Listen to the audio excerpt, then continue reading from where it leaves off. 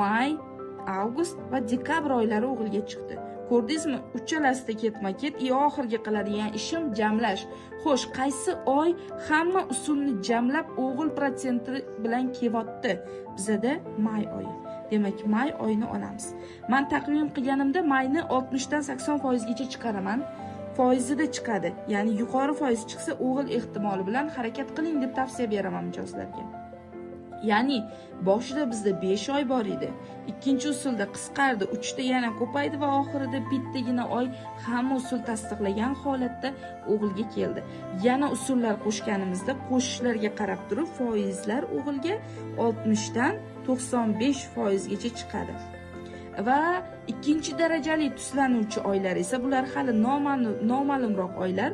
Bu 4, chunki ikkita usul tasdiqlab kelyapti, 12 ikkita usul tasdiqlab kelyapti va yanvar oyi ikkita usul tasdiqlab kelyapti.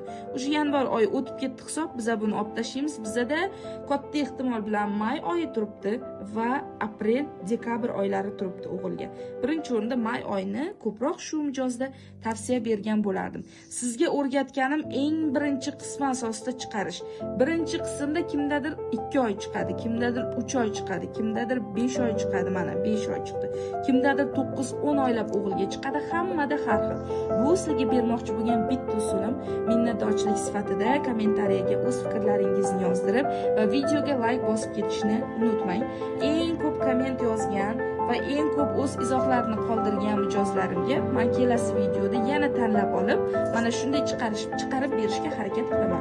Buning uchun shunchaki ko'p komment yozing va like bosishni, har doim kommentlarimda aktiv bo'lishni unutmang. Eng aktiv obunachilarga mana shunday hisob-kitoblar videolarimizda chiqariladi.